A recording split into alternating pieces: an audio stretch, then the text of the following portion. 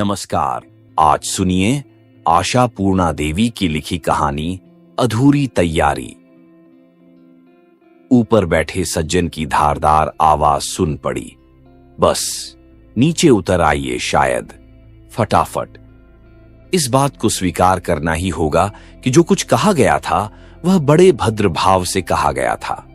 वह बड़े आराम से कह सकता था, अबे सालो बस खाली करो, लेकिन नहीं, कहा गया था उतर आइए। बस में भरी भीड़ हड़बड़ाकर नीचे उतर आई। सीट पाने वाले खुशनसीबों के मुकाबले खड़े रहने वाले बदनसीबों की संख्या ही ज्यादा थी। अचानक पासा पलट गया। ऐसे ही बदनसीबों को पहले उतरना पड़ा और वे भाग्यवान यात्री जो धक्कम धक्का और ठेलम पेल करके अंदर घुसे थे, उन्हें आखिरी ठिकाने तक जाने वाले मुसाफिर के रूप में वहीं टिके रहना पड़ा। लेकिन त्रिभुवन चक्रवर्ती की तरह इतने पीछे कोई नहीं रह गया था। सारी बस एक ऐसी दियासलाई की तरह दिख रही थी जिसकी सारी तीलियां खत्म हो गई हों। त्रिभुवन अब भी गठियाग्रस्त घुटनों के साथ कसरत कर रहा था। ऊपर बैठे आदमी की आवाज एक बार फिर सुन पड़ी। क्या बात है दादाजी, आपका ट्विस्ट नाच पूरा नहीं हुआ और कुछ बाकी है? दूसरे ही पल उसने धमक दिया, अच्छा मजाक है, जल्दी नीचे उतरिए। त्रिभुवन नीचे उतर गए। वे हैरान थे कि सिर्फ 2 ही मिनट के दरमियान बस पर सवार इतने सारे लोग आतिशबाजी की चिंगारियों की तरह पता नहीं कहां गायब हो गए। तमाम रास्ते सुनसान दिख रहे थे, खाली, बियाबान। त्रिभुवन ने तय कर लिया कि जो हो सो हो। उन्होंने पीछे मुड़कर नहीं देखा। घुटने का दर्द भूलकर वे तेजी से आगे बढ़ चले। हालांकि कदम कदम पर उनके पांव में जरब पड़ जाता, लेकिन उन्हें ठीक ठीक ये नहीं जान पड़ता कि दरअसल यह टीस है कहीं घुटनों में ही या कहीं और। त्रिभुवन के शरीर की जो हालत है, उसमें ट्राम या बस की भीड़ को इस तरह ठेलकर या भेदकर कोई काम करने जाना अब नामुमकिन होता जा रहा है। लेकिन उसके न चाहने से क्या होगा, या कि न कर पाने से भी कोई फर्क पड़ने वाला नहीं है। ये तो परिस्थितियों पर निर्भर है। त्रिभुवन के ममेरे भाई की घरवाली अपने बाप की मौत के गम में पिछले 3 महीनों से बिछावन से उठ नहीं पाई है, जबकि त्रिभुवन की स्त्री को अपने गोद के बच्चे के छिन जाने के अगले ही दिन दूसरे बच्चों के लिए चूल्हा चौका संभालना पड़ा था। इसलिए कर पाना या न कर पाना जैसी कोई बात नहीं है। अगर ऐसा न होता तो अपने सारे होशोहवास खोकर और चारों ओर क्या कुछ हो रहा है इससे बेखबर वह लगभग 1 किलोमीटर रास्ता तय कर दौड़ा चला आता। त्रिभुवन जो उठते बैठते मायरे और बाप रेंग किया करते हैं, वह किसी तरह भागते दौड़ते आए और गली में घुसते ही एक टूटे फूटे मकान की ड्योढ़ी पर बैठकर हांफने लगे। वह जोड़ों के दर्द की बात भूल ही गए थे शायद। उनके सीने में धौंकनी सी चल रही थी और दिल गेंद की तरह बार बार उछल रहा था। इस उछाल के थम जाने के बाद ही वह कहीं और जाने के बारे में सोच सकते थे। लेकिन उनका दिल क्या इसलिए धड़क रहा है कि वह तेजी से दौड़कर आए हैं, उस आदमी के चलते नहीं जिसने चीखकर उनसे उतर जाने के लिए कहा था। ऐसी आवाजों से तो त्रिभुवन बुरी तरह परिचित है। उनके शरीर का एक एक रोई रेशा, रक्त मांस मज्जा, मन प्राण आत्मा, सोच और सरोकार सब परिचित हैं ऐसे तीखे कंठ स्वर से। तो भी अचानक यह स्वर बड़ा अनजाना और डरावना सा जान पड़ा। जाने पहचाने और अपरिचित स्वरों के इस अंतर को झेल न पाने की वजह से ही त्रिभुवन इस तरह हांफ रहे थे। उस मकान के अंदर से एक आदमी बाहर निकल आया और ऊंचे स्वर में बोला, कौन है? ऐसी परेशानी की कोई बात न थी कि इस तरह गला फाड़कर यह सवाल किया जाए। लगता है सारी दुनिया का सरगम ही ऐसे पंचम में बांधा गया है कि हर आदमी उसी सुर में सुर मिलाकर बोलने लगा है। यहां क्या हो रहा है? ऊंचे सुर में उस आदमी ने पूछा। कुछ नहीं, त्रिभुवन बोले, थोड़ा आराम कर रहा हूं। इस तरह हांफ क्यों रहे हैं? दमे का रोग तो नहीं? नहीं नहीं, वो जरा जोड़ों में दर्द था। ओ, त्रिभुवन ने अपनी सूखी जुबान को हलक से बाहर निकालते हुए कहा था, तेजी से दौड़ने की वजह से। क्यों? उस आदमी ने शक की नजर से देखते हुए पूछा। दौड़ कर आने की क्या जरूरत थी भला? पुलिस की जीप खदेड़ रही थी। Police jeep. त्रिभुवन ने हैरानी से पूछा, पुलिस की जीप तो कहीं नहीं दिखी। नहीं दिखी, इसका क्या मतलब? अभी अभी तो मैंने घर की छत से देखा कि पुलिस की जीप चक्कर काट रही है और रास्ते पर लोग बेतहाशा इधर उधर दौड़ रहे हैं। आप यहीं कितनी देर से आकर बैठे हुए हैं? उस आदमी के स्वर में अब भी संदेह का कांटा चुभा हुआ था। कितनी देर से? त्रिभुवन ने इधर उधर देखा। उसे लगा उसकी सारी दिशाएं खो गई हैं। कब से बैठे हुए हैं वे? शायद युगों से, युग युगांतर से। घूंघराले बालों वाले मोम के खिलौने जैसे एक शिशु के चिहुकने की आवाज किस गलियारे से आ रही है? इसी बारे में सोचते सोचते वह शायद यह भूल गए हैं कि कितनी देर हो चुकी है। त्रिभुवन उठ खड़े हुए, अपने सीने को दबाते हुए। उस आदमी ने तभी पीछे से कहा, अरे महाशय, आपको तो दिल की बीमारी है। जल्दी से कोई रिक्शा विक्शा लेकर किसी डॉक्टर के दवाखाने या क्लिनिक जाइए। इस मोहल्ले में किसी दूसरे मोहल्ले का आदमी मर जाए तो बड़ी मुसीबत हो जाएगी यहां। त्रिभुवन ने कहना चाहा, अरे भाई, हम जैसे लोगों की किस्मत में मौत कहां बदी, लेकिन कह नहीं पाए। तभी धड़ाम धड़ाम धड़ाम की आवाजें सुन पड़ा। यह आतिशबाजी की नहीं, गोलियों के चलने की आवाज थी।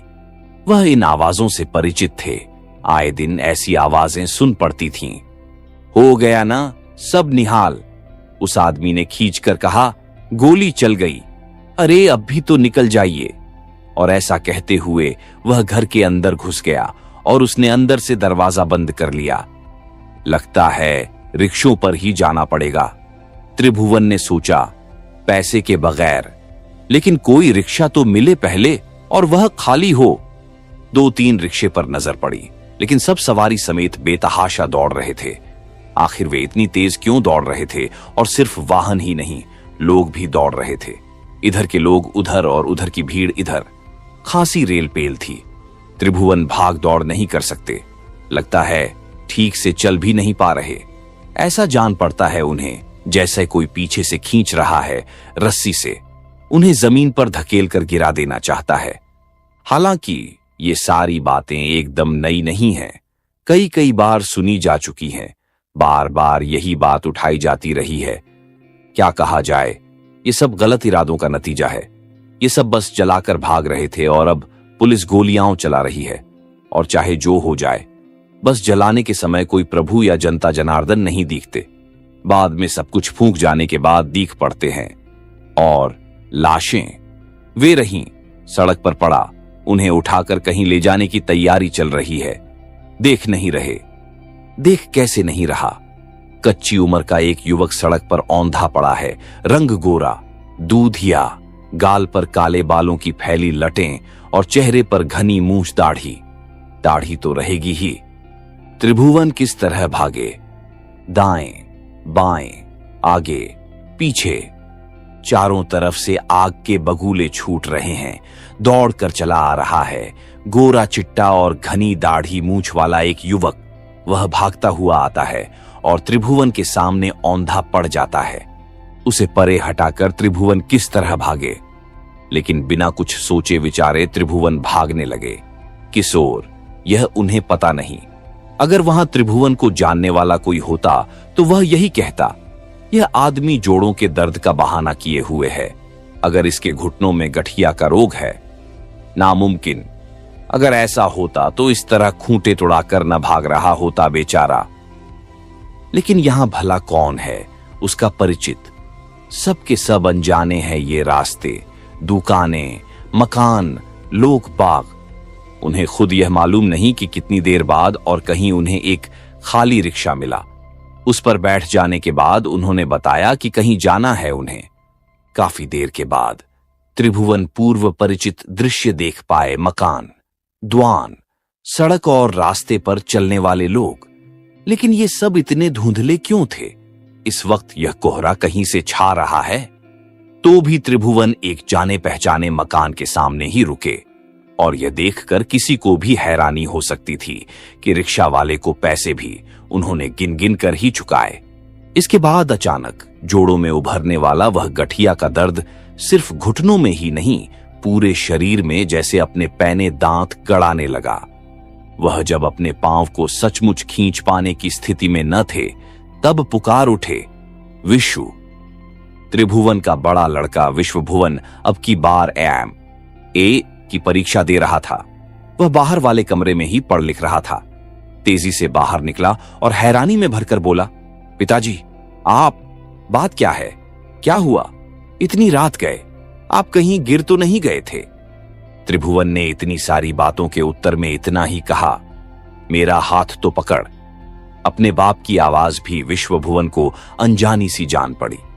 वे इस तरह उखड़े और कड़ुए ढंग से तो कभी बात नहीं करते, ऐसा कैसे संभव हो गया? त्रिभुवन को जान पड़ा कि उन्हें इतनी देर बाद रोशनी की एक किरण दिख पड़ी है। वे बोले, हां, गिर पड़ा था। कब, कहां? त्रिभुवन की पत्नी रसोई घर से बाहर निकल आई और लगभग चीख कर बोली, गिर पड़े थे? कैसे? कहां? बस से नीचे उतरते हुए त्रिभुवन ने कराहते हुए बताया, मैं अपने घुटने हिला नहीं पा रहा। बेटी, बेटे और पत्नी सभी आ जुटे त्रिभुवन के घुटने के पास। 9वें दर्जे में पढ़ने वाली रुचि बिटिया ने कहा, मैंने जैसे ही पिताजी को रिक्शे से उतरता देखा, तभी समझ गई थी कोई न कोई बात है जरूर, वरना पिताजी पैसे खर्च करने से रहे। चुप भी रह, जब देखो जुबान चलाती रहती है। पत्नी बोली, हां जी, कहीं हड्डी वड्डी तो नहीं टूटी? क्या पता, त्रिभुवन ने कहा। वे तीनों ही त्रिभुवन को सहारा देते हुए सोने वाले कमरे तक लिवा लाए और उन्हें चारपाई पर लिटा दिया। सभी निचली मंजिल पर रहते थे, इसलिए कोई खास दिक्कत नहीं हुई। विशु ने पिताजी की धोती को ऊपर उठाकर पांव का बड़े गौर से मुआयना किया। नहीं, कहीं टूटा फूटा तो नहीं। कहीं जख्म लगा होता तो रास्ते की धूल से टिटनेस होने का खतरा होता। और हड्डियां, लगता है हड्डियां सही सलामत हैं शायद। अगर कोई हड्डी टूट या चटक गई होती तो वे इतनी दूरी तय कर घर तक आ पाते? कभी नहीं। अब तो बेहतर यही होगा कि गर्म पानी से सेंक देने पर और आयोडीन या ऐसी ही कोई दवाई लगा दी जाए। लेकिन इतनी देर तक त्रिभुवन रहे कहां? दफ्तर से तो सीधे घर जाना तय रहता है शाम के 6 बजे तक, बहुत हुआ तो 6:30 7 बजे तक, इसलिए कि बसों में देर हो ही जाती है। त्रिभुवन वैसे भी दफ्तर से इधर उधर नहीं जाते, सीधे घर ही जाते हैं।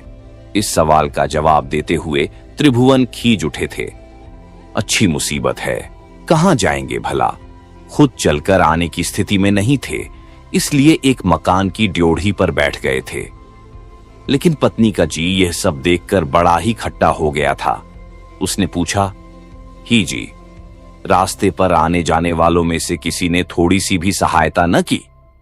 सहायता? कौन किसकी सहायता करता है यहीं? त्रिभुवन एक बार फिर झुझला उठे। अरे किसको पड़ी है? पड़ी भले न हो, लेकिन त्रिभुवन की पत्नी ने न जाने किस जमाने की बात की, मानवता के नाते। और किस लिए? एक आदमी ठोकर खाकर सड़क पर औंधा पड़ा है और कोई उसकी तरफ देखेगा भी नहीं। उसे सहारा देकर किसी गाड़ी में उसके घर नहीं पहुंचा देगा, और उसका अता पता न हो तो कम से कम किसी दवाखाने तक तो पहुंचा ही सकता है। त्रिभुवन को अचानक ऐसा लगने लगा कि वह खामखा इस पछड़े में क्यों पड़े, और पत्नी जो कि दर्द वाली जगह सहला रही है, उसे भी इस पछड़े में घसीट रहे हैं। आखिर क्यों? और कहीं ले जाएंगे गाड़ी पर लिटाकर? ये सारी बातें तुम्हें कानों कान कौन कह गया? कहेगा कौन? ये तो सदियों से लोग कहते रहे हैं। घरवाली ने गुस्से में भरकर कहा, और जो मुनासिब है मैं वही तो कह रही हूं। कोई आदमी सामने सड़क पर गिरा पड़ा हो तो क्या उसे दूसरा आदमी उठाएगा नहीं? फिर तो आदमियत जैसी तो कोई चीज ही नहीं रही। हां, सामने किसी के गिर जाने पर त्रिभुवन भी तो दौड़ते रहे थे इधर से उधर, क्योंकि उनके आगे पीछे बाएं दाएं लोग बेतहाशा भागते चले जा रहे थे। उनके ही बीच से एक आदमी दौड़ता हुआ आएगा और ठीक त्रिभुवन के सामने औंधा पड़ जाएगा। भला त्रिभुवन को कहीं पता था? वे खुद भागते रहे थे जी जान से। फिर उन्होंने अपने आप को रोका था बलपूर्वक। वह उठ खड़े हुए थे अपने तकिए का सहारा लेकर, और फिर खींचते हुए बोल पड़े थे, आदमियत, इंसानियत, मानवता, तुम्हें इनके हिज्जों के बारे में मालूम भी है। चलो फूटो यहां से, ज्यादा बकबक मत करो। M.A. पढ़ने वाले बेटे के सामने इतना अपमान, क्या इसके बाद और बावजूद वह टीसते अंगों को अपनी हथेलियों से सहलाती रहेगी? घरवाली चिढ़कर बोली, वाह क्या खूब, देख तो विशु, मैं ही हूं जो कई सालों से यह झेल रही हूं, घरवार के सारे कामकाज संभाल रही हूं, और ये बाबू साहब रोब गांठे जा रहे हैं, लगता है सीधे लड़ाई के मैदान से आ रहे हैं। जान तो यही पड़ता है कि मैंने इन्हें बस से धकेल दिया था, है ना? अरे ये खुद उठकर अपने से हाथ मुंह धो भी पाएंगे या नहीं, या कि गर्म पानी की पतीली यहीं ले आऊं? कमरे में पतीली मंगवाकर वहीं हाथ मुंह धोने वाली बात त्रिभुवन के लिए कोई नई बात नहीं। कभी कभी विवश होकर ऐसा करना पड़ता है, लेकिन त्रिभुवन ने अचानक झिड़क दिया, नहीं, इस नवाबी ठाट बाट की कोई जरूरत नहीं, मैं आ रहा हूं। और कंधे पर तौलिया रखकर वह बाथरूम की तरफ बढ़ गए। रूबी ने कहा, पिताजी तो बड़े आराम से चल रहे हैं, कोई खास चोट नहीं लगी है? विश्व भुवन ने भी, जो सारा कुछ देख रहा था, मुस्कुराकर बोला, चूंकि किसी वजह से आने में देर हो गई थी, इसलिए पिताजी ने एक कहानी गढ़ ली। विशु की मां ने भी कहा, जो भी हो, एक आदमी की चिंता तो मिटी, अब दूसरा कब घर आएगा ये तो वही जानता है, या फिर भगवान। ये दूसरा विशु की मां का सबसे छोटा बेटा जय भुवन था। इस बार कॉलेज के पहले साल में पढ़ रहा था, परीक्षा सर पर थी। इस बारे में कुछ कहा नहीं जा सकता कि वह नियमित रूप से कॉलेज जाता भी है या बिल्कुल नहीं जाता। वह एकदम लापरवाह है, सबसे अलग थलग और बेखबर। विशु ने तभी दीवार पर टंगी पुश्तैनी घड़ी की ओर देखा और समय के 15 मिनट आगे किए जाने का हिसाब लगाकर बोला, जय क्या अभी लौटेगा? ये समझ लो कि उसके आने में अभी 1 घंटा और। कोख से कैसा रतन पैदा हुआ है, त्रिभुवन की पत्नी ने मन ही मन कहा। दूध के दांत भी नहीं टूटे कि सर पर शैतान सवार। पकझक की बात तो दूर रहे, कोई अच्छी सी सलाह तक देने की नौबत नहीं आती। अब देर सबेर जब भी आएगा तो उसके नाम से दुनिया भर की गाली गलौज का एक दौर चलेगा। इधर एक तरफ पेट में आग लगी रहती है और दूसरी तरफ बेटा जब तक घर न लौट आए तब तक खाने पर बैठने को जी नहीं करता, और सारा गुस्सा निकाला जाता है मुझ पर। मेरी तो जान पर बनाई है, तू भी तो मेरा बेटा है, एक ही जैसा साथ पला बढ़ा, लेकिन सभी एक जैसे नहीं होते मां, मैं ठहरा डरपोक, मेरी बात जाने दो। और यह कहकर विश्वभुवन ने किताब में अपना मुंह छिपा लिया। कमला ने रूबी को बुलाकर खाना लगाने को कहा। रूबी ने 2 नक्काशीदार आसनी बिछाकर 2 गिलास रखे, फिर उनमें पानी उड़ेलकर पूछने लगी, छोटे भैया का भी खाना परोस कर रख दूं? अभी रहने दे, कहकर कमला ने खिड़की से बाहर सड़क की तरफ देख लिया। इससे भी कोई राहत नहीं मिली। कमला को गाली गलौज का वह दौर झेलना ही पड़ेगा, और इस दुकान पर पहुंचकर ही सारी दलीलों का खात्मा होता। इस बीच त्रिभुवन बाबू बाथरूम से लौट उमे थे और कमर में भीगा तौलिया लपेटे हुए थे। उन्होंने कहा, रूबी, मेरी कोई फटी पुरानी धोती हो तो ला दे, उसे पहनकर सो रहूं। धूल माटी से लिथड़े कपड़ों को मैंने उतार फेंका है। रूबी ने इधर उधर ढूंढ कर देखा और वापस आकर कहा, धोती मिल नहीं रही है, लुंगी ला कर दूं? इस बीच कमला भी रसोई घर से थाल में रोटी और तरकारी परोस कर ले आई थी और आसनी के सामने रखकर उसने कहा, इस लड़की की आंखें तो आसमान पर टंगी रहती हैं, उसे कुछ सूझे भी तो कैसे, मैं हाथ धो कर देती हूं। अरे रहने भी दो, हो गया, त्रिभुवन ने उखड़े स्वर में कहा और फिर पूछा, मेरा खाना लगा भी दिया?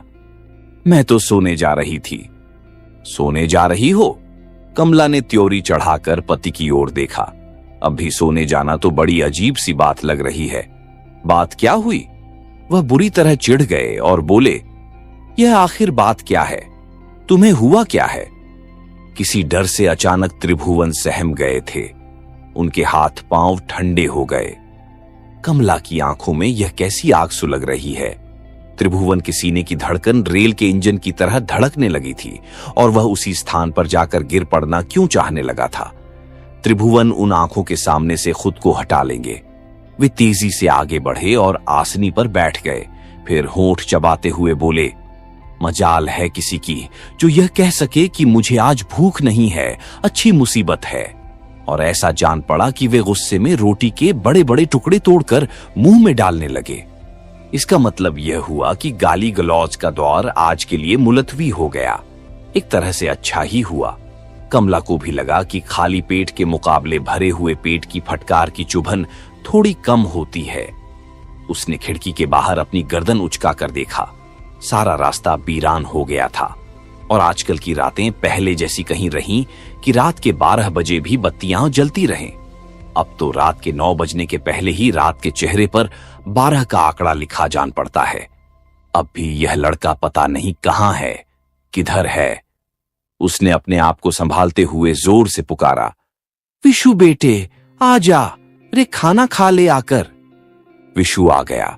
उसने देखा कि पिताजी खाने को बैठ गए हैं तो वह तनिक आश्वस्त हुआ।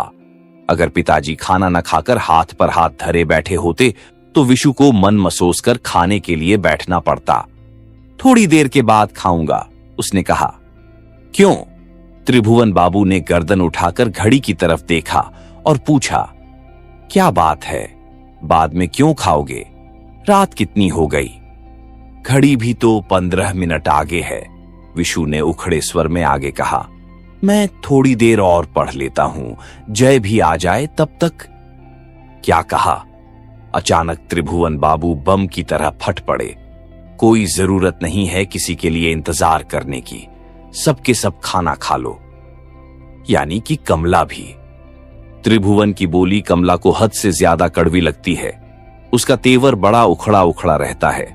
गुस्सा आया भी नहीं कि हमेशा की तरह एक बारगी 7वें आसमान पर चढ़ जाता है। त्रिभुवन बाबू का खाना लगभग समाप्त होने को है और कमला को थोड़ा इत्मीनान भी हो चला है। उसे मालूम है कि जब तक यह आदमी खाना न खा ले, इस बात का हमेशा खटका लगा रहता है कि पता नहीं कब बोल दे, धत तेरे की नहीं खाना। जय को लेकर भी कमला कुछ कम परेशान नहीं रहती थी। वैसे जब रात हो जाएगी तो खा लूंगी, कहकर कमला त्रिभुवन बाबू के खाने के अंत में नियमानुसार 2 रोटियां और थोड़ा सा गुड़ लाकर रख देती है। लेकिन त्रिभुवन इस नियम का पालन करने की बात अचानक भूल जाते हैं। तुम्हें किसने कहा देने को? कहते हुए वह यकायक चीख पड़ते हैं। विशु को, जो पढ़ने के लिए जा रहा था, पिताजी की बेतुकी चीख पर खड़ा हो जाना पड़ा। उसने अब की बार ऊंचे स्वर में कहा, जय तो कभी कभी इससे भी देर करके आता है, आधी रात के बाद। आज ही इतनी जोर से चीखने चिल्लाने वाली ऐसी क्या बात है? मैं चिल्ला रहा हूं। ऐसा जान पड़ा कि बेटे की डांट खाकर त्रिभुवन बाबू एक बारगी बुझ गए। उन्होंने दबी जुबान में कहा, मैं चिल्ला कब रहा था? ठीक है, खा रहा हूं। और 10 के साथ ही थाल को अपनी तरफ खींच लिया और बड़े ही बेतरतीब ढंग से रोटी के बड़े बड़े टुकड़े मुंह में डालने लगे। यह आदमी तो बस नाम का ही त्रिभुवन था। यह आदमी जो कभी बड़ी शौकीन तबीयत का था, अपने नाम के साथ मेल बनाए रखने के लिए ही उसने अपने बेटे का नाम रखा था, विश्वभुवन और जय भुवन। आप सुन रहे थे आशापूर्णा देवी की लिखी कहानी अधूरी तैयारी।